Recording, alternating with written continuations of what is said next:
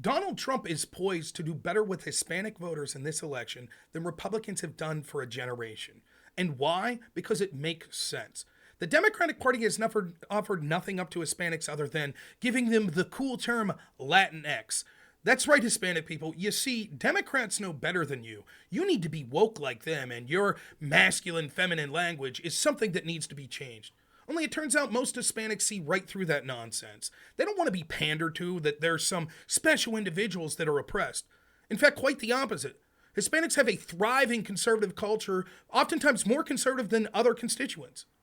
They understand the importance of masculinity, and they understand the importance of traditional social roles. And even those that don't see that it's just cheap pandering that Democrats are offering them. You see, Trump and Republicans are racist and they hate you.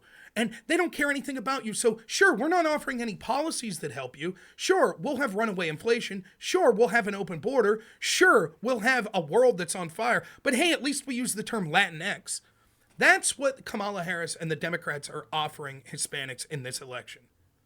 But when it comes to the border, they say, only people that hate Hispanics would want a secure border.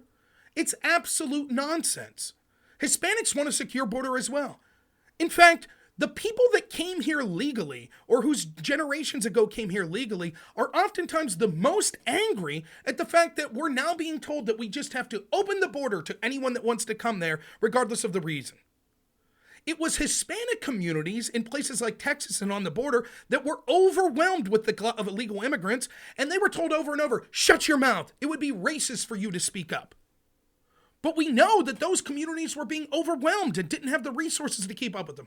Of course, the very well-off white people that called these Hispanics racist for not wanting their communities to be mass invaded, when all of a sudden we sent a handful of illegal immigrants to their communities like Martha's Vineyard, oh, not for us. Send them back to those Hispanic communities. Listen to the derision as which many of these elite Democrats talk about the Hispanic community. Oh, well, we need people to mow our yards and to clean our homes. What a joke. It turns out Hispanic people are just as capable, shock of all shocks, as every other group of people at doing the things that Americans do. Entrepreneurs, working blue-collar jobs, going off to higher education to have white-collar jobs. All of these are within the reach of Hispanic people, despite what Democrats would have you believe. Family values are something that the Democratic Party is antithetical to, and it's so important to so many people in the Hispanic community. And all of the policies that we saw 4 years under Donald Trump compared to 4 years under the Harris-Biden administration regarding the economy, regarding the world, and the idea that we're now on the precipice of a litany of wars, all benefited all Americans, including Hispanic people.